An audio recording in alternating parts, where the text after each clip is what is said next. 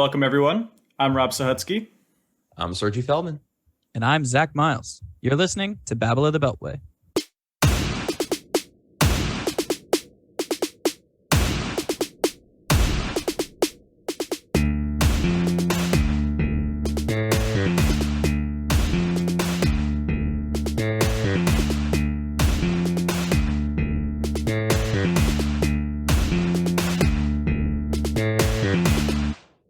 Welcome back, everyone, to Week 17 of Babble of the Beltway. Sergi, how was your weekend? Thanks, Rob. I was good. I mean, New Year's Eve was awesome. I celebrated a small party with some friends in Baltimore. More importantly, though, I'm just really happy to be done with fantasy football. I've never felt so relieved to be done with fantasy football. I had two championship games this weekend. You know, I did 8 leagues, 5 playoffs, 2 championships. I lost in both of them by 7 points between both leagues. That's the razor thin margin you play on sometimes. And I watched, it came down to the Packers game and it came down to the Browns Steelers game. I did not watch either of those games. I could care less. That is how horribly tired I am of fantasy data. I need a break. I need a refresher for next year. On the bright side, I did get to go to the Ravens game on Sunday because I am now Aaron Rodgers style COVID immunized after having it. Unfortunately, I did not leave in the fourth quarter, everyone. I'm sorry. And our Selfish. Baltimore Ravens lost. Absolutely I know, selfish. I know. So we'll have to keep testing the theory next year. But that was that. Zach, how was your weekend? It was all right, man. It was pretty good. I ended up was in 12 leagues this year, y'all. 5 of them or 6 of them were intentional rebuilds / tanking teams. 4 of them, no, the other 6 were in the playoffs, and I only made 1 championship, but I won, and I actually beat one of my co-hosts here, Mr. Sergi. So Zach won by less than 2 points. Okay. It was awesome. Honestly, for a little bit, Sergi wasn't sure if he was going to be able to join us tonight. And my whole entire spiel was going to be, he had so much shame from losing to me in the championship game that he couldn't show up. Otherwise, everything else was good. You know, New Year's was nice. Got to see some family, did my typical stuffs. And I got some cool updates in regards to the Washington football team for later. So you guys listen for that. Rob, how was your weekend? My weekend was pretty good. I also had some fun New Year's Eve plans. I went to Merriweather, I think it's called Festival of Lights. I don't remember exactly what it's called, but went there. That was some fun. I got to be in a group chat with both Zach and Sergi, as both of them were attempting to concede simultaneously for like 3 hours, where they both were just 100% convinced that they had lost the championship. It was very hilarious to watch from an outside perspective. Also, quick apology. So last week, I have a brand new computer. I did not have time to update my computer and update my audio drives. So last week, the sound was a little bit wonky. All of that should be fixed this week. And if it's not, and I'm coming in at 5 times volume, I apologize. Unfortunately, I lost all my playoffs because for some reason, the Patriots, Seahawks, and Lions decided that they were going to be the most fantasy relevant teams this week. But that's okay, because fantasy is just fantasy. Let's talk about the real playoffs for this week's Weekend Recap. Weekend Recap.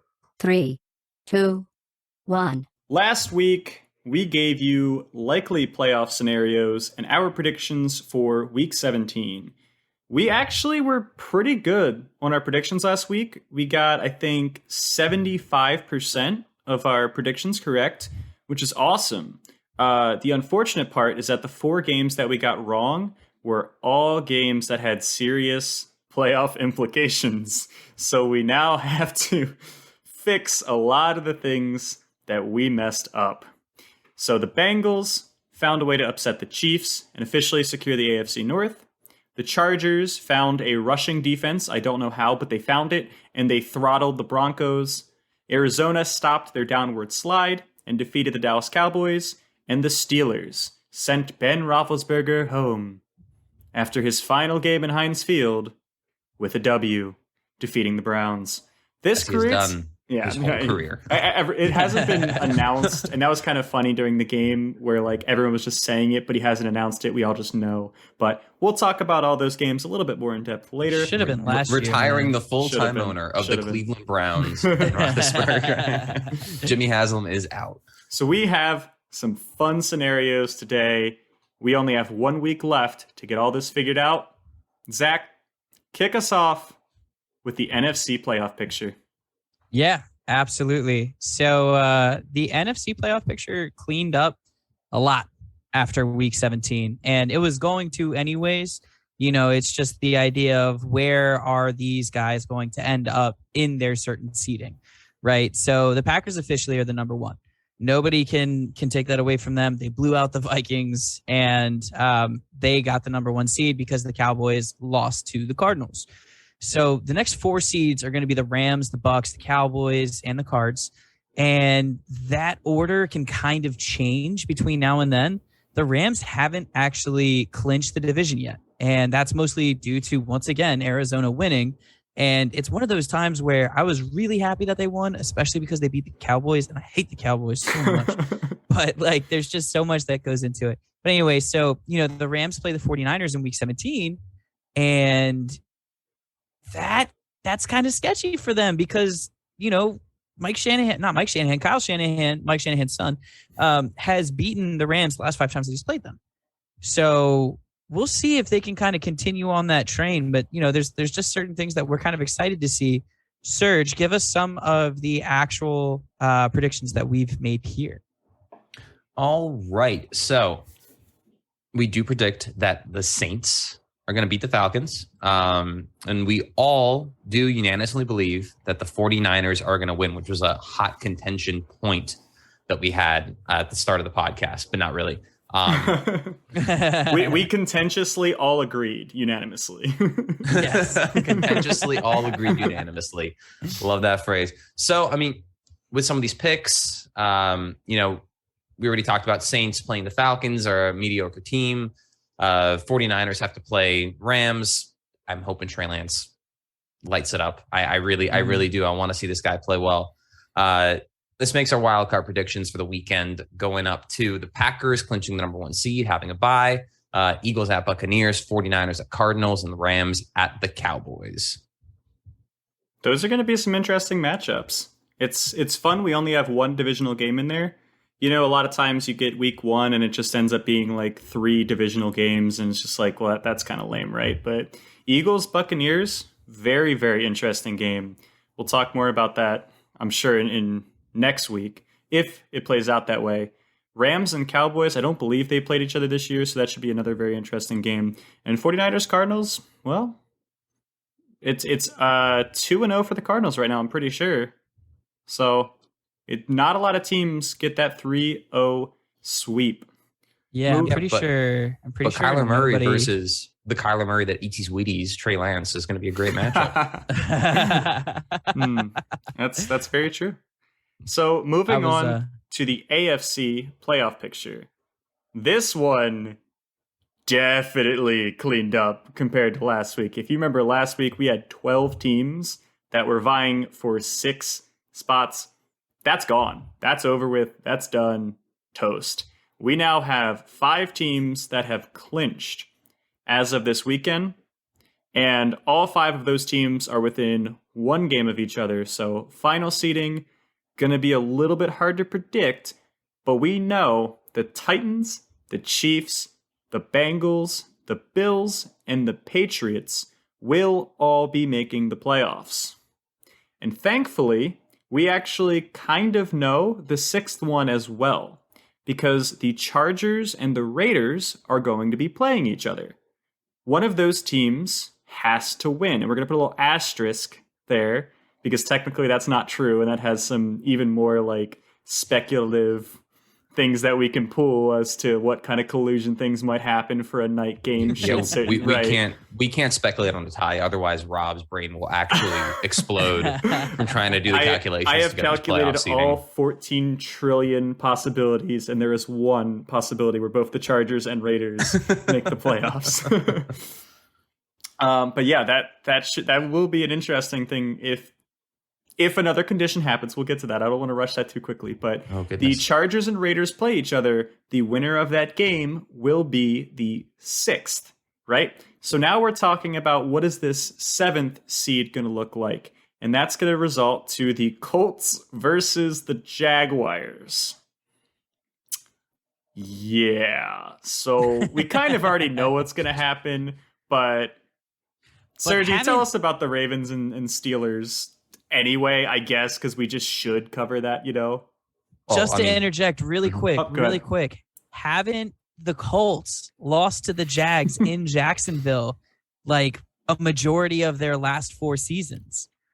Yeah, but the Jags just got gashed by Ramondre Stevenson and Damian Harris for like 160 yards and 4 touchdowns. And the Cowboys put up 56 points against Washington and then just lost to a reeling Cardinals team. A Cardinals team that hasn't been very good recently. It's any given Sunday, bro. It happens. And we have made the mistake so many times of saying, oh, this team's going to win. And then they don't win. Like, we're pros at choosing the wrong stuff. It is any given Sunday when you are playing an NFL team. The Jacksonville Jaguars are not an NFL team right now. Trevor Lawrence needs his breakout game, man. Maybe this is it. That's right, week 18. My problem is that the Jaguars have already had their any given Sunday game this year when they beat the Buffalo Bills. You think they're going to do it again? You're right. Didn't they also beat the Titans? The Texans did. I don't know if the Jaguars did. Oh, yeah, you're right. I might be a fool. We're all fools. All right, well, go ahead. Start talking about the Ravens Steelers. We were talking about the Ravens and Steelers. Ravens and Steelers are both technically alive, but would need that. Would need the Jags to beat the Colts. It's not going to happen. So I think they're both going to be eliminated. Needless to say, that's the most likely outcome. Somehow, if Zach's prediction comes true, Nate Robinson comes off of IR. I didn't say that's what's going to happen. All I was saying was, it's happened all of a recently. sudden, Jimmy Smith and Keenan McCardell are going to hop out on the field from retirement. Trevor Lawrence is going to have someone to throw to besides Marvin Jones. And the Colts somehow lose. The Steelers will get into the playoffs with a win. The Ravens would need a win plus for the Patriots to beat Miami and the Raiders to beat the Chargers. Zach, you're giving me fingers. What? The last 4, 5, 6. The last 6 times in Jacksonville has beaten the Colts. Really? Okay. The last 6 seasons straight. Were they ever quarterbacked by one Trevor Lawrence during that? No, they were quarterbacked by one Blake Bortles, so arguably worse. Even That's though he put up that one good Blake season. Bortles has had. I don't know right now. I was going to say Blake Bortles had a better rookie year than Trevor Lawrence, but they're equally bad. They're equally bad. So bad. Go Zach, ahead. Get back on top. Are you giving Ravens fans false hope here? Because that's really what it feels like you're doing right now. No. We don't need Ravens fans don't need to have hope. We don't need to get into the playoffs this year. Play for next year. Stop it, Zach. Stop it. God, this guy. All right. So where were we? We need the Patriots to beat Miami, Raiders to beat the Chargers, on top of the already unlikely Jaguars win. Again, should the Raiders and Chargers tie, both the Ravens and Steelers would also be eliminated. So to sum it up nicely, in a bow tie, the man who cannot stop interjecting and wait his freaking turn, Zach, for our podcast predictions. What do you think we got? Man, I'm not gonna lie, guys. I'm still looking at these numbers. It blows my mind. Oh my gosh. Yeah. So if you can continue on, Sergi, I don't even know where we're at right now. I'm beside myself. Wow. This is my most unprofessional moment of the entire podcast so far. Yeah. But I gotta let you continue on with our Zach. with our I think you're gonna need to go in, or you can take your shirt off and run off this podcast. Okay? Just say I quit. All right. We'll explain that joke later. Don't worry. Yes. For our podcast predictions, we think the Chargers are gonna beat the Raiders, and the Colts are gonna win. This puts our AFC wildcard week as follows. We're gonna have the Titans on a bye. Then we're gonna have the Chargers at the Chiefs, the Colts at the Bengals, and the Patriots at the Bills. If the Raiders end up beating the Chargers, that would likely shuffle the seeds and send the Raiders to the Bengals and the Colts to the Chiefs. So we have to have a discussion here. Let's say the Jaguars beat the Colts. And let's say you're the head coach for either the Chargers or the Raiders, and you end up going to overtime. Bro. What is your strategy? You go in there and you kneel every single down. Every single down the entire game so nobody gets hurt. That's it. It's the most boring game in NFL history, and 0-0 with a tie against your most hated division rival, but you do it because it protects your players for the following week, and you both get in the playoffs. Look, Brandon Staley goes for it on fourth down on his own 20, on his own 25 if the analytics say so. So if the analytics say to kneel every single play in overtime, he will. Yeah, he'll do it. He'll do it. It would be a huge controversy if that game ended in a tie because everyone would accuse of collusion. But 100%. If I'm one of those head coaches, I'm running 3 times, punting the ball, and I'm staring at the opposing head coach like, run the ball 3 times we're on and the same punt page. the ball. Yeah, absolutely. Maybe get like a carrier pigeon to drop off a note during the game, something like that. That way it's a little less conspicuous. So we can be conspiracy theorists next week if we happen to be lucky enough to be blessed with such a scenario. But for now, we can only dream. That's your playoff picture for the 2022 playoffs. We're pretty sure we're right. And when we're wrong next week, we'll address it then. Let's talk a little bit about some of the crazy games that happened. Who wants to take Bucks at Jets? That one was a particularly wild game. I Sergi? can talk about it. I can talk about it, man. It's I watched most of the game. That Antonio Brown situation, guys. First and foremost, who cares about the Patriots game-winning drive? Just bringing the ball. What was it, guys? The Bucks Buccaneers? won. The Buccaneers. Or not the Patriots. Yeah, see, that's what I'm saying, bro. Tom Brady. The Buccaneers won 28-24. Thank you. Maybe we should announce the game score when we're discussing the game. That's a crazy notion, right? So the Bucks beat the Jets 28-24. But we don't care about that. Let's talk about what we care about. Quarterback. Yes. All right. So Antonio Brown did the most meme-worthy thing in a very, very long time. This man showed up to the game with a plan to quit the football team and arguably his NFL career in the third quarter so he could drop a rap single about 4 hours later. And I tell you what, I've never respected something less. I was going to say more for a second. And I was just like, no, that's it's awful. Both. It's really both, though. Like, honestly, like the cojones, man. Like, good for you. But also, yeesh, what a terrible human being. Like, and I'm not even going to talk about the game that much right now, guys, because I kind of want to talk about, like, one of the things that bugs me, and I want you guys to jump in on this, too, because we don't do a lot of discussion here on this podcast. One of the things that people really jump to initially is CTE. They say, oh, CTE is what's wrong with Antonio Brown. Not the fact that he's just an awful person. I was in a group chat with a couple of buddies this weekend, and we were talking about I thought you were going to say Antonio Brown.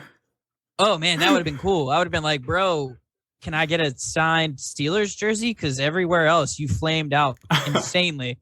So give me that at least, But no, man, it's, everybody goes to CTE and that Vontaze Burfict hit and everything else. But, like, this guy is just truly an awful person. And I don't think that there's any sugarcoating it. And I think that the Bucks had what was coming to them. Arians didn't want to sign him in the first place. The only reason why he did was because Tom Brady loved the guy. Then all of a sudden, this guy gets hit with that fake vaccination card situation. What do? You keep him on the team? You got to expect something like this to happen. And then the fact that the Bucks came back and won, because they were down. They were losing big to the Jets at one point. Down 14 to the Jets. Yeah, they were down 14 to the Jets. And it's not that the Jets are the Jets, let's be real. But they've been an admirable team as of late, the past 3 of the past 4 weeks. But it's just like they had what was coming to them when they signed Antonio Brown. And it's not because of CTE. He probably has CTE, but I'm pretty sure he's also just a terrible human being. He's always been this way. That's the thing. Look, I'm looking at a draft profile that he retweeted actually the other day for Antonio Brown. One of the negatives: has a prima donna attitude and does not like to work. Attitude and work ethics are a concern. The summary was that his character concerns could limit his appeal or knock him off draft boards entirely. This isn't anything new. This is something that's been going on for. Didn't he go in the college. 6th round? Sixth round. He was a late round pick. So when someone talented goes in the 6th round, that's a testament. Absolutely. It's like I kind of wait for Tyreek Hill to really ruin it for himself too. I mean, he went in the 5th round, due to some like domestic violence issues, choking his pregnant girlfriend at the time, and still has a chance in the NFL. And it just kind of goes to show like it's not all about sometimes you really just got to think about the scope of like, all right, these are real people too, and sometimes these people suck. Anyways. So let's go ahead and talk about the actual game. There was itself. also a football game. Yeah, that's right. Yeah. We'll talk about the game itself. Sorry, guys. I just felt like I needed to talk about this and put that on the air, which I was just like, all right, let me hijack the podcast. Oh, it's the most talked about thing in all the sports world. Don't even feel bad, dude. Absolutely. 100%. I mean, it's I don't know anybody who hasn't at least talked about it. Like my non-football friends are like, yo, did you see that? I'm just like, how did you see it is the question. It's like, I saw the meme of him holding it up saying like, I quit my job or whatever. In his own way, it's iconic. He's gonna take that picture and start selling it on t-shirts and just make 100%. A hell of a lot of money. He's gonna have an 100%. Antonio Brown NFT. Oh God, no. Oh, by the way, just so everyone's clear, let me tell you about AB coin. Just so everyone's clear, the title of this week's podcast is going to have something to do with Antonio Brown. I haven't figured it out yet, but when I come up with something clever, like it'll be there. No, and you're the one who comes up with all those every week too. So kudos to you. So when you're disappointed reading this title's podcast, know that the inception started right here. It's all on Rob. If you thought the Lions are the best team in football was a clickbait title, just wait till you see this one, dude. Antonio Brown won a Grammy. Anyways, so going back to the actual football game, I think everybody expected the Buccaneers to win. I don't think that there was a single person that I knew of who was expecting the Jets to win. Maybe to be competitive considering how banged up the Bucs are right now. But most certainly not a dub. So Zach Wilson comes out. He's really just one bad snap and like 2 or 3 bad plays away from making this game out of reach for Tom Brady to where he can't lead with a game-winning drive at the end of the game. Mm-hmm. So he played well. I hate to say it because I still think the guy's a bust, but he's finally showing at least a little bit of development. Sergi had brought up a really great point pre-podcast that all of the rookie quarterbacks so far this year have had some good play, except for Trevor Lawrence, and Zach Wilson's finally in that position now where he's having these kind of not blow up games, but these good games. But he played pretty well. He's done all right. He's definitely a lot better from his 4 touchdowns to 9 interception ratio to now, which is 4-2. And he's just been kind of a more fun player to watch. He ripped off that 52-yard run last week or whatever it was when he won the All Madden Award. So he's been an interesting guy. He's not exactly making all Zach's bad anymore. I think it was cool to see Braxton Berrios succeed. I mean, that's a guy who anybody who knows him knows that he was like a Patriots-esque player, and it was just like they were like, oh, that guy, yeah. He fits the mold of what's been beating us for the last 25 years. Let's go get that guy. And then they did, and I actually gave him playing time, and guess what happens? He did well. Him and Elijah Moore, I think, are a really solid foundation for the future, even if Corey Davis does come back from that hip injury and is pretty effective. Somewhere out there, Bill Belichick is standing by a window. It's raining, looking at a picture of Braxton Berrios. Soft violin in the background. The one that got away. I mean, he could still get Chris Hogan back if he wanted him. He's playing lacrosse or something. I think. Hunter Renfrow, 4-year, $55 million contract 2 years from now. You heard it here first. Absolutely, 100%. I believe it. And then just thinking about it too, when it comes to the Bucs, Tom Brady is just not looking great. He's down a couple of his weapons, and I get it. He's leading the league in all major categories for passing right now. I'm pretty certain, which is an incredible feat at 44 years old. But when you watch him, it's just not there. His numbers are really amplified by his volume. He's throwing more passes than anybody else in the league. So, I think he's done great, but I just don't think that he's going to be setting this team up for wins in the playoffs. They're down Godwin. They're now down AB, obviously, and they've been down those 2 guys for about 2 weeks now. You never know when Gronk is going to get hurt. Well, no, I'm saying technically they're not down Antonio Brown yet. Sergi made a note of this. He's still on the roster. They technically haven't cut him yet. I don't know if they're holding him hostage or what. They won't bring him back though. But it's just something to keep an eye out on when you look at the Tampa Bay Buccaneers roster right now. They're missing a lot of guys. There's a lot of guys hurt. I don't think that they're going to repeat. I think it'll be fun to see them get to the playoffs. Maybe they'll win a game or 2. I just don't anticipate them being able to overcome all of their deficiencies. Sergi, tell us about the Chiefs and the Bengals, considering I just spent the last 15 minutes derailing everything. And now it's my time to derail stuff for 20 minutes just because I got to beat Zach at something. All right, Chiefs at the Bengals. The Bengals win it with a last-second field goal. It wasn't a very dramatic last-second field goal because it was from like the 2-yard line, but they win it 34-31. Joe Burrow had a crazy game, another 400-yard performance. And the thing is, this one is without an asterisk. You know, he didn't beat a team that was completely depleted on defense. The Bengals pull off an upset. They secure the AFC North. I personally, I mean, it was a fun game, but I hated this game. I hate it so much. And it's not because Joe Burrow is the best quarterback in the AFC North. And it's not because Jamar Chase is the best wide receiver in the AFC North. Those things suck. It's because there were two touchdowns in a game where I lost by 5 points, where I was starting Patrick Mahomes, who got knocked out at the 1-yard line on a rushing play, and Travis Kelce, who caught a ball on the 1-yard line, got knocked out of the end zone. 2 touchdowns vultured by Darrell Williams, which would have given me the win in a dynasty championship. So football is cruel and evil, and Darrell Williams, I hate you so much right now. The saltiness aside, Burrow to Chase was the storyline of the game. Jamar Chase had 11 catches for 266 yards and 3 touchdowns. Aside from the fact that's the first time that a rookie has ever had 266 yards receiving. He's the first rookie in NFL history. He had more yards and touchdowns receiving than Patrick Mahomes had passing the ball in this game. Jamar Chase can do it all.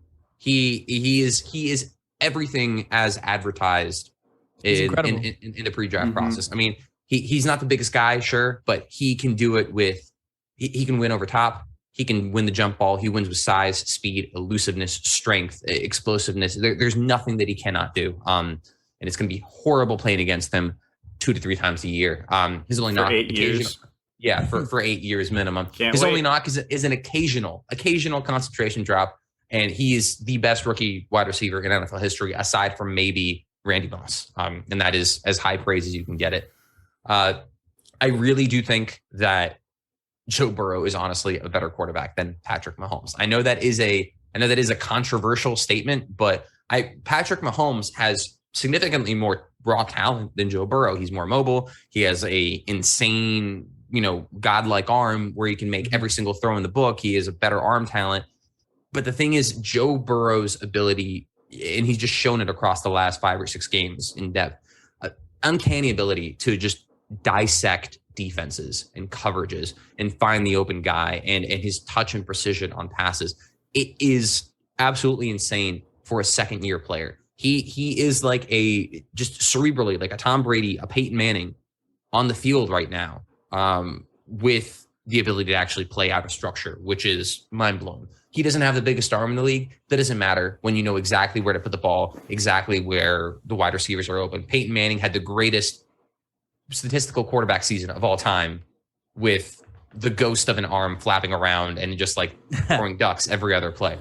It also, I mean, to his credit, he's has probably the best receiving core in the NFL right now, because it would have been the Bucs, but what is going on with the Bucs right now? Chase is a top 10 wide receiver. I don't think anyone can argue against that. T. Higgins is the best wide receiver 2 in the league, and Tyler Boyd is the best wide receiver 3 in the NFL. The only thing they really need to do is they need to shore up that O-line, because Joe Burrow is sacked the league high 51 times this year. It's going to be really sad for the next 10, 15 years. On the flip side of it, I mean, the Chiefs defense finally got exposed. Maybe they should not run a ton of man coverage on one of the most explosive wide receivers in the NFL, but they did it. And, it happens. It's okay. And Patrick Mahomes, again, he just looks spotty. There were a couple plays that didn't go the Chiefs' way, a couple big catches down the field by Tyreek and Kelce that got knocked out. But it's Mahomes' ability this year has really started to come into question, only really around just his ability to decipher defenses and to analyze coverages. So he might be the raw, most physically gifted quarterback, in the NFL right now. Arguably, I think there's other guys that could be in that conversation. But right now, his ability to process the game on the field and make the right throw it hasn't been the best. And I think he's been supported pretty well. But ultimately, wasn't able to beat the Bengals, and the Bengals clinched the North. I think, Rob, we're going to be really sad for the next 10, 15 years, aren't we? Yeah, I started realizing that a little bit last year when Burrow got injured. Cincinnati season flipped. I think it was in like week 5, week 6, whenever we did our hot take episode with I think it was with Zach and I. My two predictions, I wrote this in for later, but I'll just say it now. I had two predictions. It was the Panthers would win their division and the Bengals would win their division. I'm glad I at least got one of those right because the Panthers one was very, very wrong, obviously. But the Bengals, like I thought they would win it, but I thought they would like kind of squeak in to the AFC North division winner. I think right now they are definitively, unquestionably the best team in the AFC North. I think we have one saving grace. There is one saving grace here.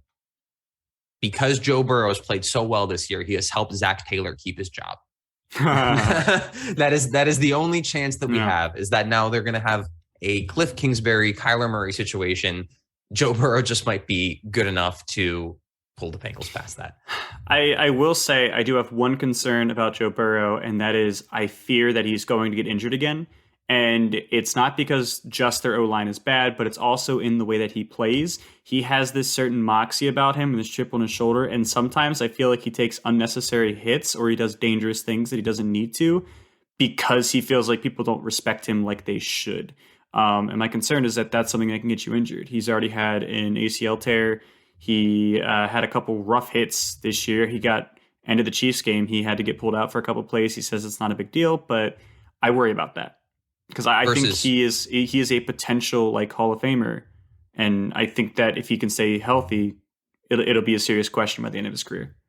Versus Lamar Jackson, who he doesn't do those things because he has a chip on his shoulder. He does them because he's just insane. Yeah, he's godlike with his talent. Man. Well, he has only been missed games from I think one injury, and that was a pocket injury, not a rushing injury. Lamar has never been injured from running the ball. So that was kind of like RG3's career too. People always talked about it. He had one concussion from running away and everything else was a scramble. Mm-hmm. And then came a man named Haloti Nada. All right. Before we move on to awards, I do want to just blow through these 3 other games just because they have like playoff implications. Just want to make a couple quick notes about them. Raiders at Colts. We actually called this game, but we called it for the wrong reasons. I guess Carson Wentz came off the COVID list earlier than anybody expected in the world. Right. It's they changed it from 10 games to 5 games. Carson Wentz was able to make it because I think it was like Monday to Sunday, so he barely cut it clear. They really loosened their protocols because they want the good players playing games. So the Colts had 0 turnovers. They only allowed 1 sack. Jonathan Taylor went for over 100 yards, and they still lost. That's a new one. That's actually the first time this year that Jonathan Taylor has gone over 100 yards and they have lost a game. This Carson Wentz, no turnovers, they lost. That is very weird to me, especially for a team as good as the Colts. I can't tell if this was just a bad game from players recovering from COVID or if the Raiders are maybe a little bit more serious playoff contenders that we may have given them credit for. I think we're going to find out the answers to those questions next week if the Colts manage to get upset by the Jaguars and, of course, in that Chargers-Raiders game. Next week on Dragon Ball Z. That's all I think of. Cardinals at Cowboys. I mean, there's a lot of clickbaity titles out there on YouTube and other podcasts today. Oh, Cardinals exposed Cowboys, whatever. Like I that's every time a good team loses. Stupid. I don't put much into it. Cardinals dominated most of the game. The Cowboys got back into it late, but it wasn't enough. The big concern is that Michael Gallup is now out for the season with an ACL injury.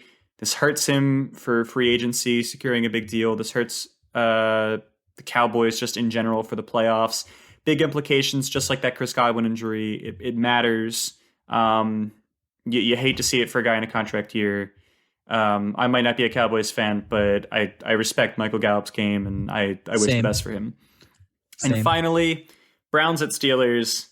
Big Ben's last ride. We talked about this a little bit earlier. Browns' rushing game was surprisingly ineffective compared to the Steelers' rushing game. The Steelers looked like they were the team that had this potent rushing team. I mean, Najee Harris probably won a couple people their championships. More on that later. Baker Mayfield being the primary source of an offense's production is never a good sign. That's usually how you lose games. The Browns' touted offensive line looked like Swiss cheese.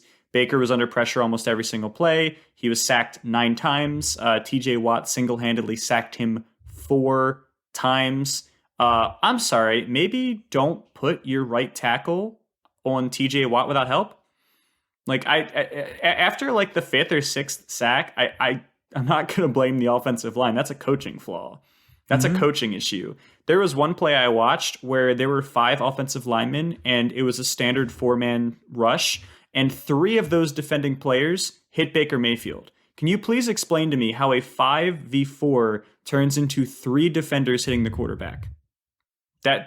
That's absurd. Coaching. That's coaching. All I'm saying is just something feels right in the world when the Browns are disappointing people. That's it you know, with all the craziness going on, with all this new COVID, you know, it just makes me feel safe, secure. It's like a gravity blanket, you know. It eases your anxiety to know that some things in the world are going to be constant. Somehow, some way, the Browns, despite all that talent, are looking like they might be 4th place in the AFC North. Sad days, but let's move on to this week's awards. Awards for the worthy. Wow. For the Week 17 awards, we'll be starting off with Earth, Wind, and Fire. Earth Award being the team with the best rushing attack. The Wind Award, the team for the best passing attack. And Fire, the team with the best defensive domination of the week. Start us off with the Earth Award, Zach. So the Earth Award this week goes to none other than one of my favorites. And I was so pumped. I was really sad to see that Chris Carson's career is arguably going to probably end because of spinal fusion surgery. But I was so pumped to finally see Rashad Penny get his totes. And boy, is he fun to watch. There was a reason he was a first-round pick. Although, yeah, it was a dumb first-round pick because you don't draft running backs in the first round. There was a first-round pick 4 years ago, and we're here for those 4th-year running back breakouts on this podcast, okay? Rashad Penny carried the football 25 times for 170 yards and 2 touchdowns. Naturally, that's 6.8 yards per carry. His burst is unreal. The guy can just go. You know what I mean? That was one of his biggest advantages when he was when he was coming through, too. So, like, I want to say he went to Arizona State, right? I think it was Arizona State. I can't remember. It was some state team. Anyways, Rashad It was Penny. from a state. Man, no, now I'm so mad at myself because I knew this for so long. But anyways, Rashad Penny was awesome in college. He's good again now. I'm just happy he's healthy. His long run was only 37 yards. So, like, the fact that you can take that away and he's still averaging over 5 yards carry shows that this dude can get it done in the 5, like the 1 to 5 yard range, in the end zone, in the 20s, between the 20s. He can do everything that you need him to do. He was crushing it all game, and I'm just super pumped about it. I really am. Rob, go ahead and talk to us about Wind. It should surprise no one that we have a repeat this week. We have Joe Burrow, Jamar Chase, and the Cincinnati Bengals winning the Wind Award. And this week, they are going to win it without the asterisk.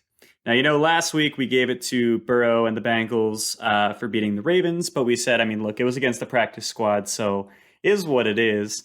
But Burrow and the Bengals had a repeat performance very close to last week against a Chiefs defense that we on this podcast have been referring to using the word elite over the past 5 weeks. The Chiefs defense were playing crazy good football. And Burrow just dunked him, dissected him. I mean, he went 30 for 39, 446 yards, 4 touchdowns, and a 148 passer rating. Having games like that, very, very rare. Having 2 games like that in a row, it's time to start paying attention. The Cincinnati Bengals are a legitimate threat. When you have offensive production like that, they need to be in the Super Bowl conversation to be able to just absolutely delete a Chiefs defense like that. Jamar Chase unlocked his God mode, 266 yards, 11 catches, 3 touchdowns. Sergi touched on it earlier. This team I don't really know how you shut down that offense, but I'm very excited to see them in the playoffs. A little sad the Ravens aren't going to be there, but very excited to see this team there. Sergi, tell us about the Fire Award.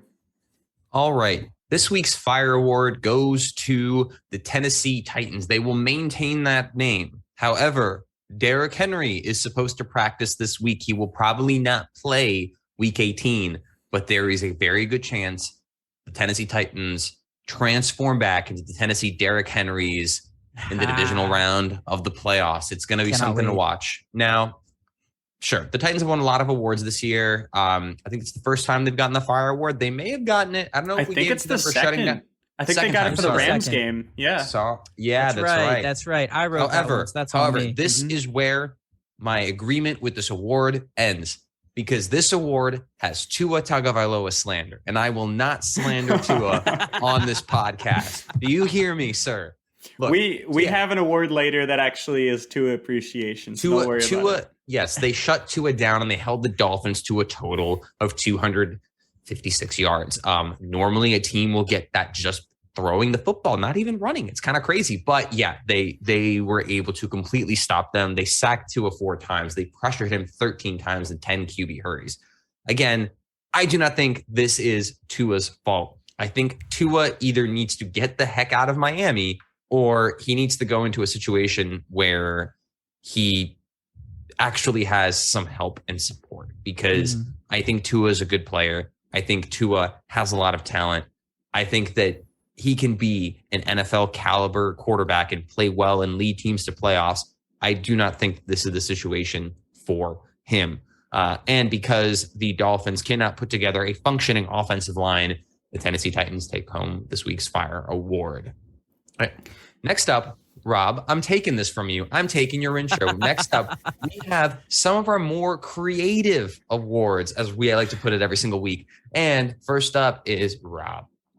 All right. First, we have the I'm a Head Out award.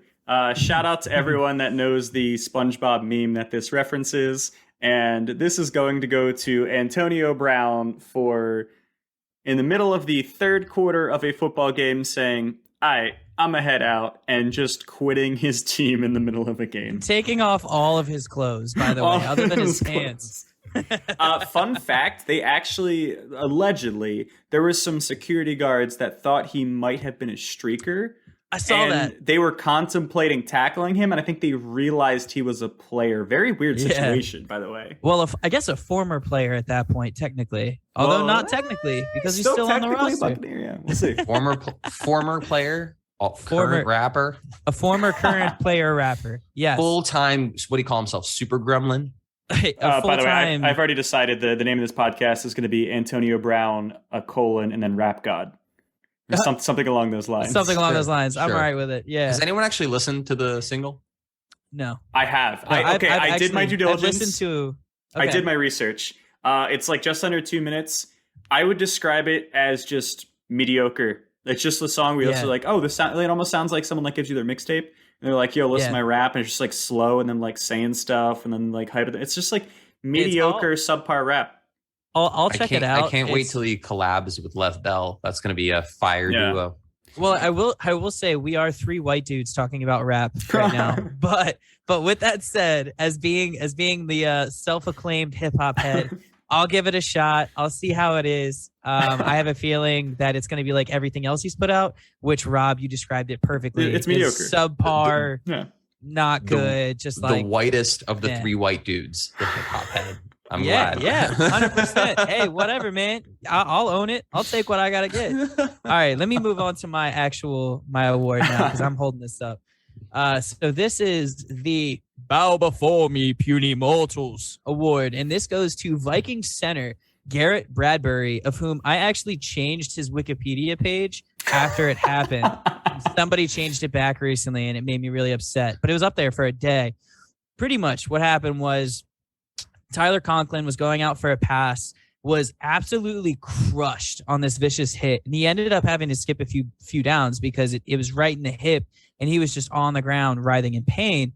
And as the ball shoots out of Tyler Conklin's hands, you just see this 6'4", 6'5", 300-pound man sprinting forward grabbing the ball, not even 6 inches off the ground, catching the football off of the deflection, and totally, like, for a lack of better words, clapping the cheeks of all of the defenders that were trying to hit him.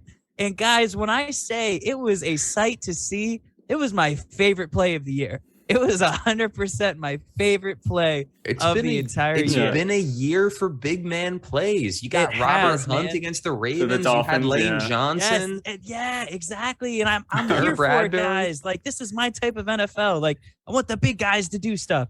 So I've really lucked out on the awards this week, man. I got a couple that I like. Anyways, I loved it. Although the Vikings lost, of course, he just totally destroyed the Packers on his way to a first down. It was impressive, man. It was awesome. All right, Sergi, you can take the next one so I can shut up. All right, next up we have the Brotherly Love Award, which goes to Jalen Ramsey, Taylor Rapp, and the Rams.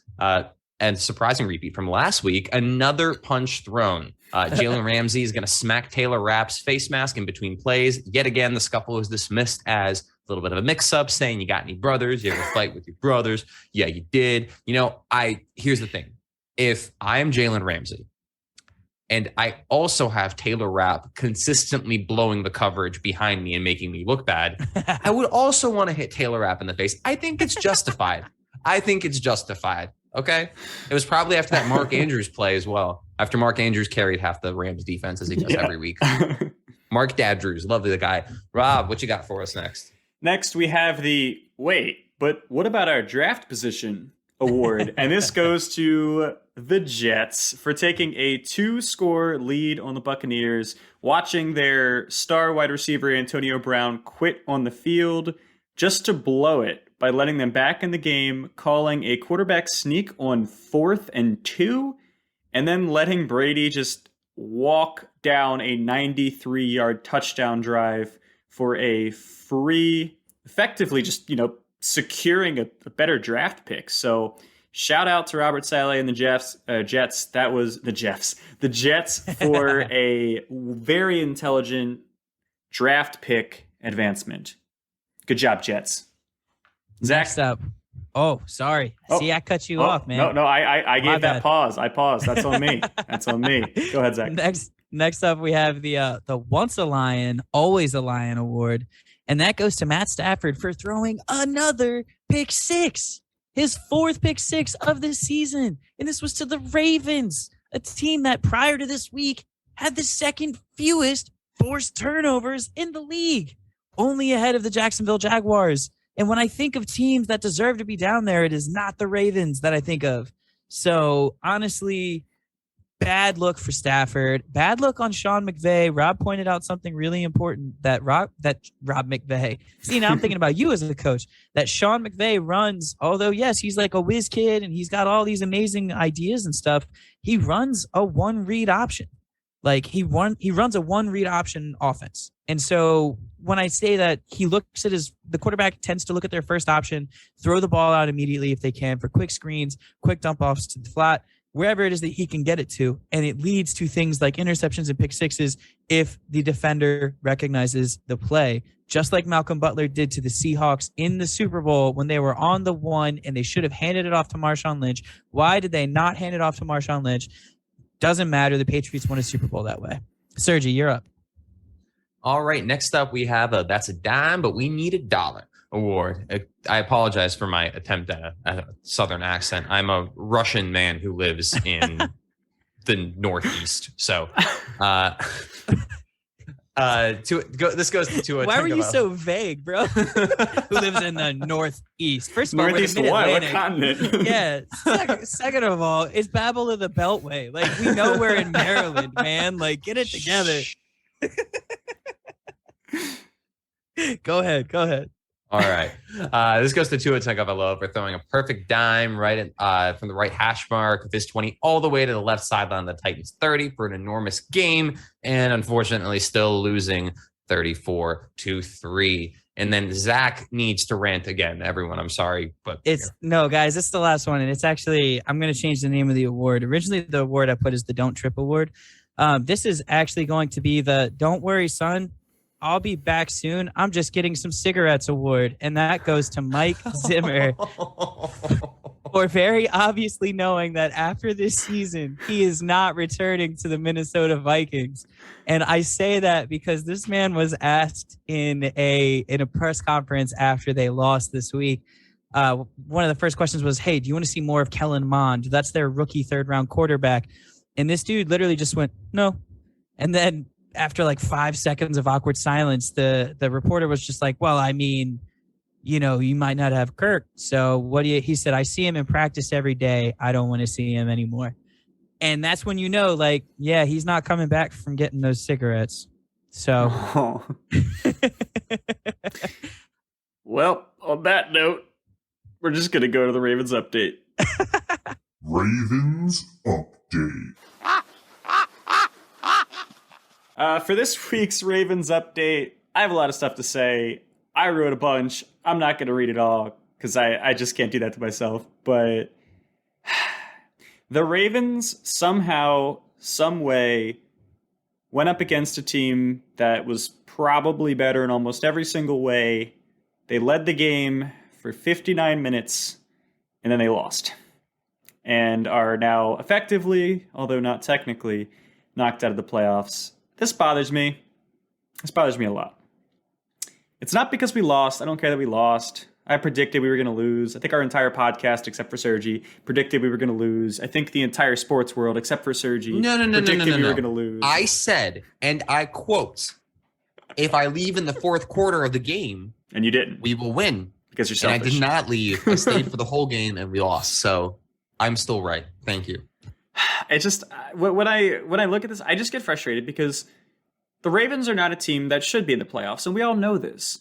But for some reason, this team just refuses to quit. They just refuse to die. And it's like, I'm going to come up with an analogy here that's really messed up, so just bear with me.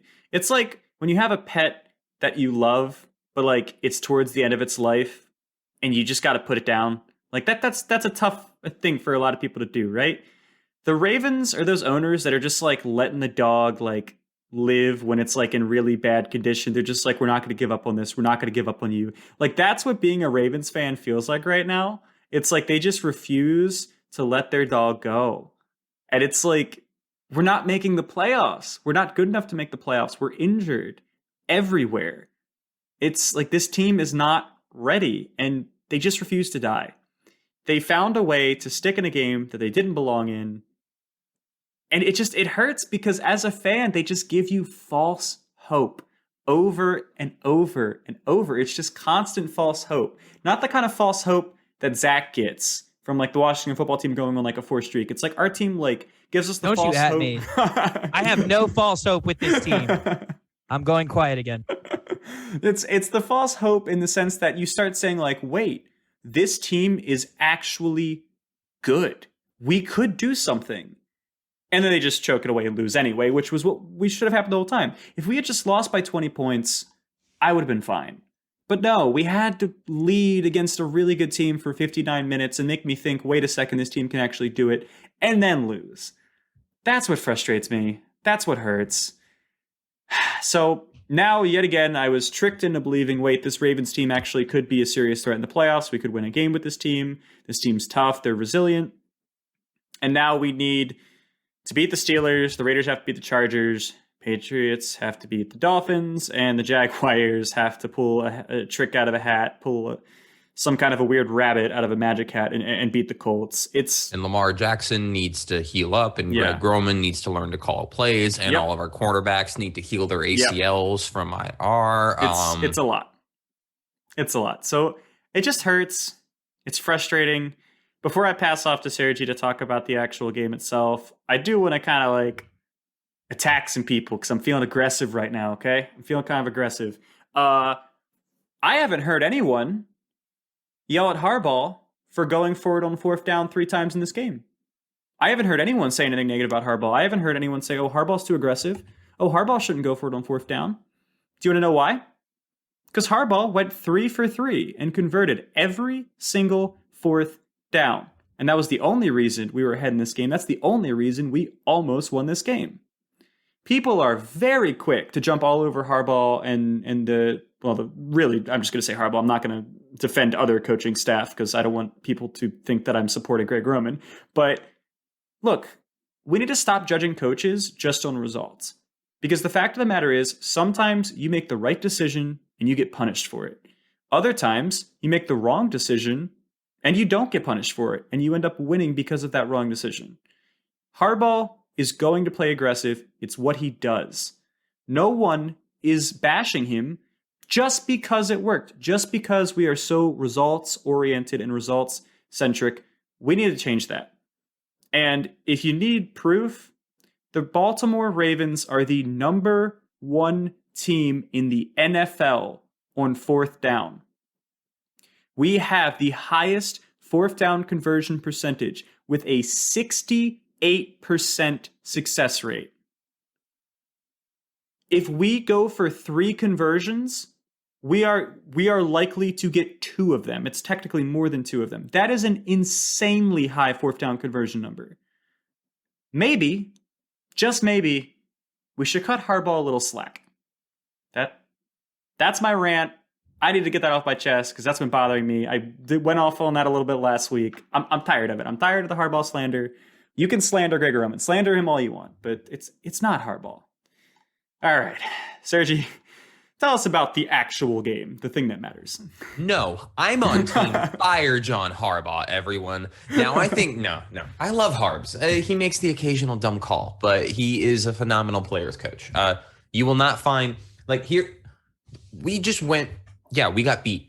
But we went up to a team that is contending for a Super Bowl this year, as a consensus contender for a Super Bowl, and punched them in the mouth and almost got away with it. Why can we do that? Despite the fact that our team is... We almost Jalen Ramsey'd them. Yeah.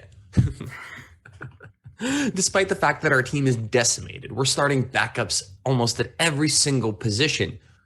Week after week, aside from getting our butts blown out by the Cincinnati Bengals, we come out and we compete and we bring those games down to the final score because we have one of the best locker rooms in the league. There is no dysfunction. When it is, we cut it out. It doesn't matter what happens. The Ravens are more willing to take, a $7 million cap hit cutting Earl Thomas than to have him being cancerous in the locker room. We prioritize having good culture. And that is why the Ravens, no matter what is going on, are a competitive team. That being said, I do not want us to make the playoffs. I just want us to lose next week. Come on, guys. Yep. We are currently in the 16th overall draft spot. We could go up to the 14th overall draft spot. Now, there are a bunch of quarterback needy teams this year. It doesn't matter that the quarterbacks are actually 2nd or 3rd round picks. They're going to trade up in the 1st round to draft them because that's what bad franchises do, and they're going to stay bad. And guess what? That means that if we lose out, we can possibly get a top 10 player that lands in our lap, or we can trade back. All I'm saying is that historically we do really great with our higher end draft capital. I would rather us end up with a good draft pick than get pushed out to the playoffs. The actual game, I was there. It was cool. I didn't leave in the 4th quarter. We lost. The theory still stands. We'll see what happens when I go to games next year. I could go to the Steelers game this weekend, actually. I just got a notification 20 minutes ago that ticket prices have decreased 13% for this event. I'm like, I wonder why it could possibly be. Stay until the end of the game, Sergi. Stay. No, the 4th quarter just ain't for me. Look, we played well. The Chuck Clark turnovers were awesome. Seeing that pick 6 was great. Tyler Huntley played well. What are you going to ask for our backup quarterback? He did everything you would expect him to. There was one really bad throw. And we don't know if it was a miscommunication with Marquise Brown, or he just threw the ball late. He was going deep to him. He underthrew him and got picked off. Apart from that, he played a good game. He threw the ball well. He rushed the ball well. Mark Mandrews or Mark Big Tank, holy cow, this guy's good at football. He is a top 2 tight end in the NFL. I think you can argue between him and George Kittle right now. He had a phenomenal game. I think he had 90 yards. He set a Ravens receiving record for receiving yards in a season at that game. It was great. The defense did everything they could. They actually played a really solid game apart from the final drive of the Rams. They couldn't contain Cooper Kupp on a 30-yard crosser. I'm surprised we contained him at all the whole game, considering we were covering him with Jimmy Smith and Tavon Young and I know Chris Westerly. Like who do we have back there on the secondary right now? Jimmy Smith hasn't been good in 5 years. It's this team competed. It's all I can expect us to do. And we lost by a couple big plays. This very easily could have gone the other way. And it's once again, it is our culture. It is our coaching holding us together. It is our locker room attitudes that are giving us, despite the fact that we're starting practice squad and street players, a fighting chance in so many games that we should be outright losing by 20 points. I don't care what happens next week. I want us to move on to the offseason. I want us to get healthy. I think this is still a good, young, talented squad. There's good leadership. There is good.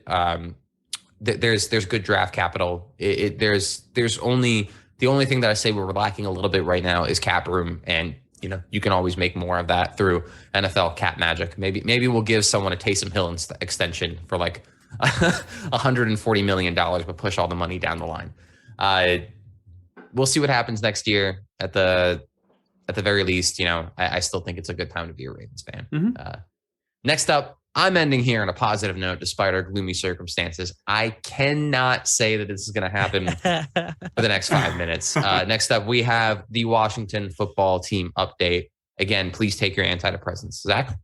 Washington football team, I guess, update. All right, y'all. It's really not going to be that depressing this week. Like, I'm feeling pretty chipper. I'm actually feeling very kind of like Rob was saying earlier. He was like, I'm aggressive. Like, man, I have been all day. I've just been like, rah, you know what I mean? Like, I don't know what it is, but I am. It's like all the undiagnosed ADHD issues. So I'm going to go ahead and just very lightly summarize what's going on. At least on the field, there's really not a lot to talk about. We lost. We suck. I mean, that's just how it is. You know what I mean? Like, we lost to the Eagles. They played a good game. And I'm not going to lie, Taylor Heineke played a pretty decent game too. He was fairly efficient. He completed like 75 or something % of his passes. And he didn't make a ton of bad decisions outside of one, which ended up getting called back for a pretty bogus illegal contact penalty. He threw one of the worst picks I have seen this year, but it didn't count. So nobody's talking about it. Nobody cares.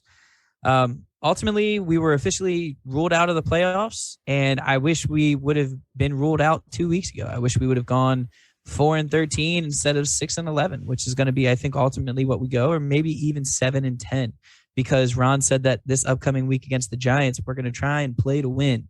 And I have never heard such a stupid statement. And I get it. It's football. You want to win the game, but like, stop at this point. Play the young guys. See what you have in certain players. And if those players win, great. Let them win the game. But like, stop bringing and trotting out the same sort of bad or, mediocre talent that you've been doing all year and just giving us the opportunity of more L's. Like, I don't want to lose with the same, bad players. I want to lose with players that never had a shot. I want to see De'Ami Brown starting on the outside with Terry McLaurin running streak routes the entire time. I want him running straight down on a go, 50 yards every single play. He'll be very tired, but that's what I want to see happen. Ultimately, congrats to the Eagles. I have a few friends who are Eagles fans who actually listen to this podcast pretty frequently.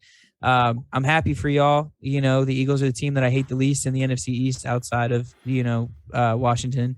And even then, I would say some days I think I like the Eagles better than I like Washington. And it's hard not to root for Jalen Hurts. It is. He's just such a likable dude.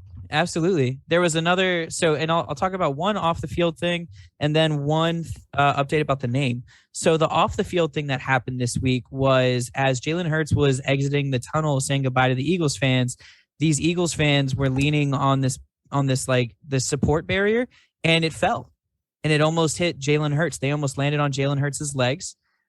He helped them up. He helped pick them up and like took pictures with like the 7 or 8 Eagles fans because it was a lot. And like gave them a, hey, what's up? How you doing? Sort of thing. And then actually today followed up with the NFL, I don't think he knew who to send it to. It said to whom it may concern, saying like, hey, what are you guys doing to make sure that this never has to happen again? Because players shouldn't be at risk when they're exiting a tunnel.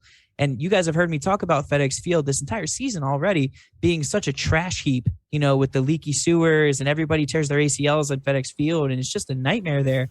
And truly, it's the Jack Kent Cook curse needs to go away, and it never will. And part of it is because of Dan Snyder. And it's just going to stay this way. But I respect Jalen Hurts. I like Jalen Hurts, and I'm happy that the Eagles made the playoffs. Also makes their draft position worse, which is great for me. So with that said, name update. I got 4 minutes to talk about it. I'll give you 3. It was officially ruled today that the name Red Wolves was ruled out. So there's not going to be Red Wolves. It's not going to be Wolves. Apparently it's copyright potential issues or trademark issues with the Minnesota Timberwolves. And it's just who cares? There's so many other Wolves and Timberwolves and Wolfpack and all these things. And it's just an excuse to not have to run with it because they wanted to get a military theme. And it's very highly likely to be a military themed name. So whether it's the Commanders, the Armada, the Brigade, the Admirals, if you go to WashingtonAdmirals.com, it actually redirects you to the Washington football team. But somebody also has Washington Pigtails doing the same thing. So it's just how they're doing. It's like somebody's setting it up that way. I bought for $20 the Washington Sad Boys. Oh, I would prefer that name over the other names that they're floating around right now. They're revealing on 2/2/2022 what the actual name is going to be, and they're going to reveal fully the jerseys and the helmets. In the preview video, the jerseys and helmets on the sides, because you can see little accents from it, actually look pretty sweet. I don't really think I'm going to care, though, because I hate this team and I hate Dan Snyder. So I'm not really going to stress about it going forward, how it looks. Because, here's the truth, guys. They're going to probably name them the Commanders. Right now, that is the odds-on favorite in Vegas. It's plus 200 in Vegas. Everything else is at least plus 500. The fact that we're betting on this just makes me so angry. Crazy. Because people know ridiculous. The answer. Yeah, absolutely. And it's beyond me. But anyway, so the odds-on favorite in Vegas right now is the Commanders. And you can say what you want about how nice the jerseys look, how great the helmets look, how cool you think the name's going to be or whatever. But it's a turd. The organization is a turd, and you can only polish a turd so much, but it's still a turd. And I'm sorry, I don't think I've used the word turd 5 times in a 30-second span in my life, but I just did.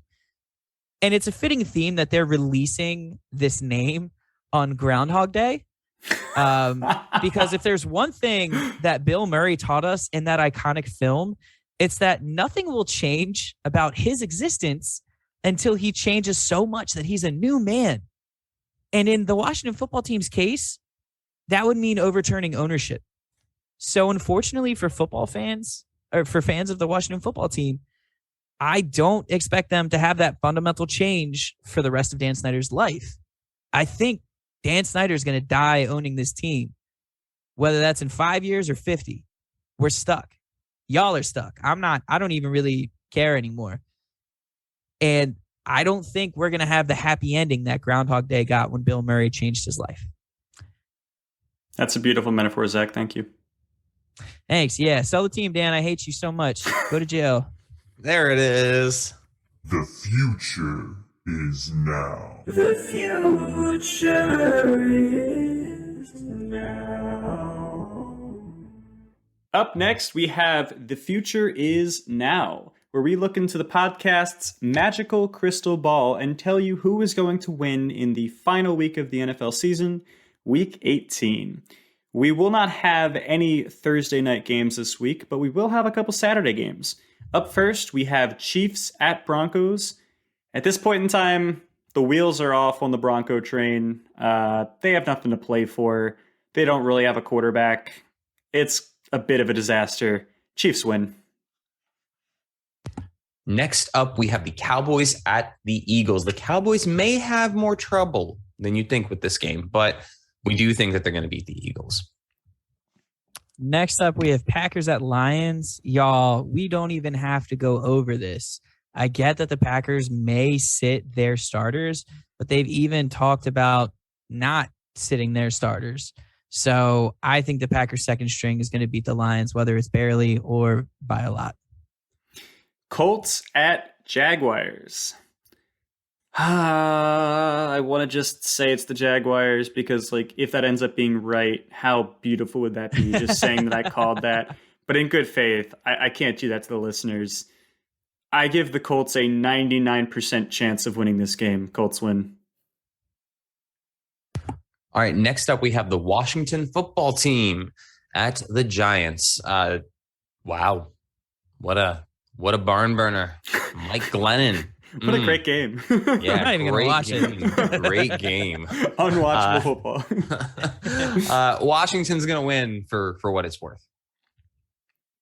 Next up, we have the Bears at the Vikings. I don't really think the Bears are going to blow up on the Vikings like they did with the Giants, but I do think that if Kirk Cousins returns, that the Vikings come out with a dub. Titans at Texans. If the Texans win this game, that would mean they sweep the current number 1 seed Tennessee Titans. I just cannot fathom that. Titans are going to win and lock in the 1 seed. And that means it's going to be 2 weeks and Derrick Henry will be back for their first playoff game. All right, next up we have the Steelers at the Ravens.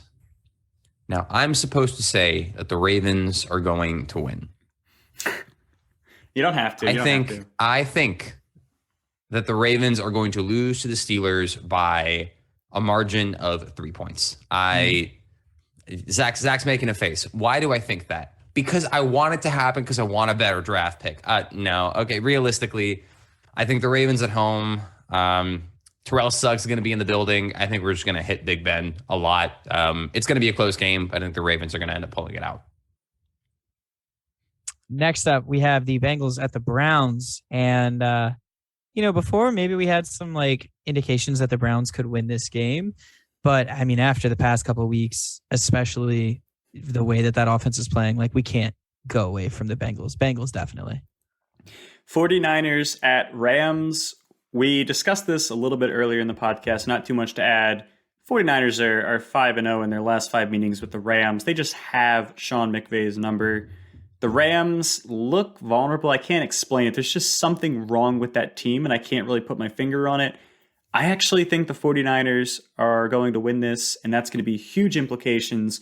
49ers stay in the playoffs. Rams lose the division, and theoretically, with the Cardinals win over the Seahawks, the Cardinals would be the 3 seed.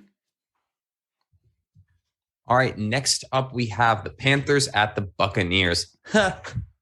Oh no, Sam Darnold, Cam Newton. I'm terrified. The Buccaneers already smacked them around once, and they're probably going to do it again. I honestly think at this point, and I actually agree with this one, the Jets are a better team than the Panthers. Why? Because they don't have a Sam Darnold problem. AB rage quit. Rage quitting the team is going to cost them, but I don't think it's going to be this game. I think it's Tyler Johnson time. Let's have some fun. Next up, we have Seahawks at Cardinals. The Seahawks have definitely turned their team around to end this season. And honestly, I would love to see them win this game, specifically for draft position purposes and giving Washington some more breathing room there. I just don't think it's going to happen. I think the Cardinals are going to win. It could be close. They could scrape by, but at the end of the day, I still think it's going to go Cards. Patriots at Dolphins. The Patriots' revenge tour continues. The Dolphins beat them in week 1, went on a 7-game losing streak slide, went on a 7 winning streak slide, and have then lost a game. It's a weird kind of symmetrical season for the Dolphins. I think the Patriots are going to be mad about that week 1, and I think they're going to smack the Dolphins around. Yeah, the Patriots just rushed for 160 yards and 4 touchdowns. Yeah. Deontay Foreman just ran for 130 yards against this Dolphins defense. It's going to be a bloodbath. Next up, we have Saints at Falcons. Guys, the Saints are a good team. The Saints are 8-8. The Saints haven't had a quarterback since the middle of the season, and they're still somehow 8-8. I think Sean Payton, this is just a hot take, he might be a good coach. I think the Saints are going to beat the Falcons, and they are going to be scoreboard watching. the 49ers Rams game because that will affect their playoff hopes. I have a little bit of like a debate there. If Sean Payton was such a good coach, they probably wouldn't have gotten Kevin James to play him in a Netflix movie. Just kidding. I just had to make the joke, guys. Sorry. Okay. I mean, if Kurt Warner was a great quarterback, they wouldn't have gotten Zach Levi to play him in a movie. But he was Superman. Zach Levi was Superman at least. He was Shazam. Kevin, yeah, he was also Superman. No, he but wasn't. Kevin, yeah, in like 2005. He was Chuck. You're thinking about You're thinking about Brandon Ruth. I confirm this because I lost the argument to my dad about it. He was Superman. Shout out. I to said no, Dad. He wasn't. Yeah, in right. What? He doesn't in even what? listen.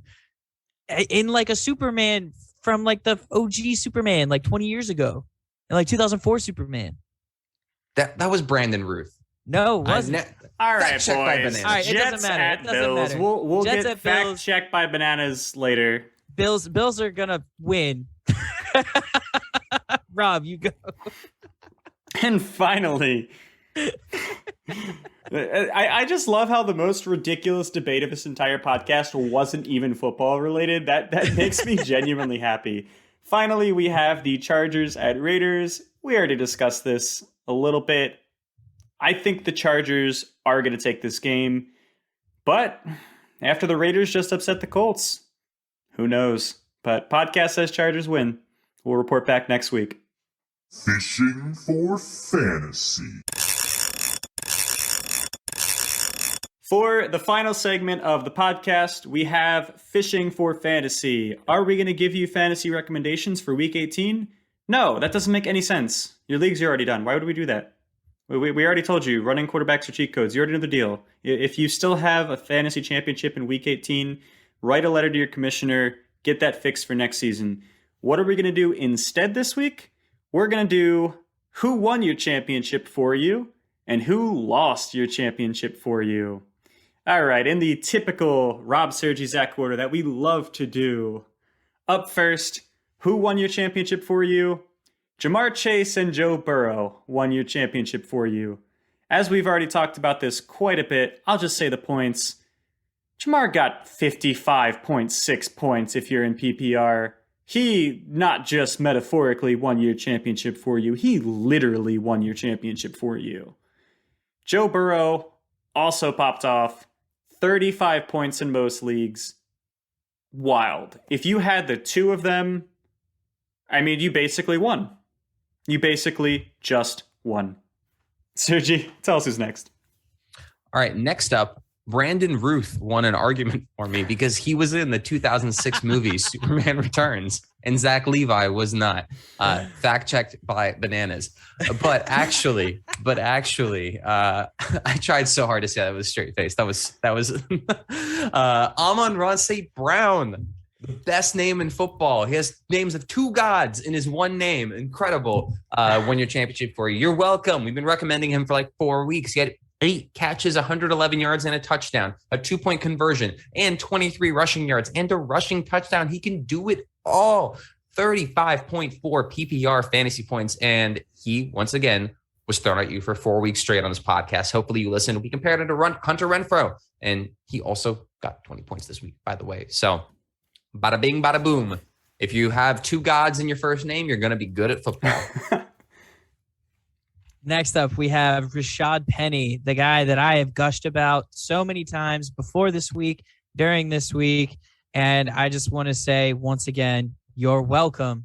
170 rush yards, 2 touchdowns. You already know that. 2 catches for 15 yards, 32.5 points in PPR. And that's only if you didn't have additional bonuses as well. He was the top running back of the week. We told you to pick him up off waivers about 6 weeks ago and 4 weeks ago and 3 weeks ago. And you just didn't listen. And if you did, you're welcome. Up next, we didn't plan this, but somehow yet again got a quarterback wide receiver duo. Russell Wilson and DK Metcalf won your championship for you. DK had 6 catches on 63 yards and a touchdown, almost 31 points PPR, while Russell Wilson cooked his way against the Lions to 236 yards, 4 passing touchdowns for over 27 points, being the quarterback 2 of the week. An absolute Seahawks feast where they beat the Lions 51-29. Next up, the man from the real tight end university, the University of Iowa, Noah Fant probably won your championship for you. Didn't win it for me because I lost by like less than 2 points, but to me. Oh, gosh, so childish. I would not behave this way if I won. I definitely would. He put up a 6-catch, 92-yard, 1 touchdown stat line from a guy that you probably picked up off of your waiver wire. And that is always a joy, especially at the tight end position. Next up, we have the New England Patriots defense. They won. I actually put the whole team. Oh, that's the it's offense. Literally the whole team. That's the offense. Yeah. I was totally thrown off here. I mean, the whole team, because the defense did too. So I guess I'm not technically wrong. The whole team won you your championship in a 50-10 game. I mean, 4 players over 20 points. Damian Harris getting 18, 2 running backs splitting 4 touchdowns. I don't know how you went wrong there, unless you decided to bench Mac Jones for, I don't know, like Trey Lance. I can tell you how you can go wrong. You can bench Damian Harris for Javonte Williams and lose to Zach in a fantasy championship. That's how you can go wrong. This sounds oddly specific here. At least you didn't drop Noah Fant and almost lose to the guy that you dropped 6 weeks ago. Yeah, but that would have been so much sweeter. That's a better narrative, Zach, okay? It is. You should have respected the narrative. Up next, the Chicago Bears defense won your championship for you. I believe this was one of the 2 defenses that we called last week. We called the Eagles and the Bears. Eagles did pretty well. Bears did insane. They were defense number 1 this week. If you followed our advice of follow the Giants, you would have put up 21 points from a defense as they held the Giants to 3 points, got 4 sacks, 2 interceptions, 2 fumble recoveries, and a safety. That's right. That's 21 points without a defensive or special teams touchdown. That is really hard to do. Shout out to the Giants. And just a couple other mentions. Devontae Adams, of course, you can't have a fantasy congratulations without saying his name because he literally is just a free 30 points every week. Najee Harris went crazy. Tom Brady went crazy. They put up 31, 30, and 26 points respectively. That's fun. We all like to congratulate ourselves for putting in our stars or some random players who happen to blow up. But let's get to the fun part. Who lost your championship for you? Sergi, you could take this one. All right, Antonio Brown's rap career lost your championship for you because this man dropped a single 4 hours after he pieced out from the field. Come on, you have to know this one was coming. The dude quit on his team in the 3rd quarter. He saw Vontae Davis quit at halftime and was like, nah, man, I'm going to quit while my team's on the field. Hold my beer. Hold my beer. He was projected over 20 points because it was the Jets defense. And it looked like he was going to do it originally. I mean, did you see that route that he ran on Bryce Hall? He made that man, he ran like a whip route. No, he ran a go behind him. And he just kept going to the guy's blind side until he almost fell over. It was insane. And then, unfortunately, he only scored barely over 5 points because, once again, he decided to launch his rap career. Next up, who else lost you your fantasy championship? Kirk Cousins self-reporting his COVID stuff. So his symptoms. So in all fairness, like that's like the responsible, humane thing to do. But we don't talk about that here. We talk about football here. Kirk Cousins lost you your championship with his positive COVID test between underperforming with Justin Jefferson or not having a quarterback, or Dalvin Cook, of whom had no running room and then got hurt in the 3rd quarter. I don't know what you do here. If you're a Vikings fan, I think you just riot until they get rid of Mike Zimmer and Kirk Cousins. But congratulations, Cousins lost you your league. I have always hated Kirk Cousins for this reason because I knew this would happen. Go ahead. All right. Up next, this one hits close to home because he literally lost my championship for me. Ronald Jones lost your championship for you. This was the Spicy Meatball Bait of the Week, sponsored by Spicy Meatball. He faced the 32 ranked Jets rushing defense for fantasy points and pulled a whopping 3.7 points before getting injured. And it's not even like, oh, he got injured. He was getting 2.6 yards per attempt against the Jets on 10 carries before he actually got injured. So if you're like me and you started Rojo, congratulations. He lost your championship for you. All right, next up, Zach, I'm going to skip over one if you don't mind, because that was my personal pain. That's okay. Baker Mayfield and Kevin Stefanski lost the championship for you. You hear that? I lost by less than 5 points in this league because of this man, Nick Chubb. I'm not going to blame Nick Chubb. Nick Chubb is a good player. Nick Chubb is arguably one of the best running backs in the NFL. He was the number 11 running back this year in PPR. Despite not catching passes and missing 3 games, he is that good at running the football. He's the best offensive player on the Browns, and he averaged 4.8 yards per carry this game. So you might ask, how did he lose you the week? Because he only got 12 carries. They only gave their best player the ball 12 times, and he only put up, I think 5.8 points. It's I'm hurting, guys. I'm hurting. Okay. This isn't okay. This shouldn't have happened. Nick Chubb is a good player. I deserved at least 4 more touches, but that Nick Chubb lost the championship for you. And then Zach, who finish it off in our pit of misery, train of despair. Man, I'm great at that too. Dawson Knox and George Kittle, they lost you your championships, guys. I have a buddy who doesn't listen to this podcast, so I don't know how much of a buddy he is, but he's in a league with Sergi and I, where he has George Kittle, and George Kittle almost cost him his championship game this week in that league, but he ended up winning. I'm not going to say congrats, though. So, unfortunately, George Kittle and Dawson Knox lost you your games. George Kittle ended up getting 1 catch and had 4.5 points, and Knox had a beautiful matchup and dropped a dud on everyone and a ton of passes too to add to that. So unfortunately, all of these people lost you guys your championships. I'm sorry if you had to listen to us for championship assistance as is. Feels bad, man. Feels bad. It does. Look, there's a universe where Dawson Knox had a game-winning week. I think he got 3 end zone targets, and he just There's also a universe where you beat me in the championship this week, and that's just not this universe. So, Ladies and gentlemen, we promised that by the 3rd week of playoffs, the trash talk will have subsided, but just not today. Not today. Guys, we're always so thankful that all of you guys listen to us and give us your time and your ears. Not literally, that'd be weird, but figuratively. That's some Van Gogh stuff right there. That's weird. It is. All they got to do is threaten to kill someone too, because I'm pretty sure that's what he did. He was like, "Hey, I'm gonna kill you," and then he cut off his ear. Anyways, thank you guys so much for everything. We love y'all. We're almost at the end of the season, but we're gonna keep on going through the playoffs too.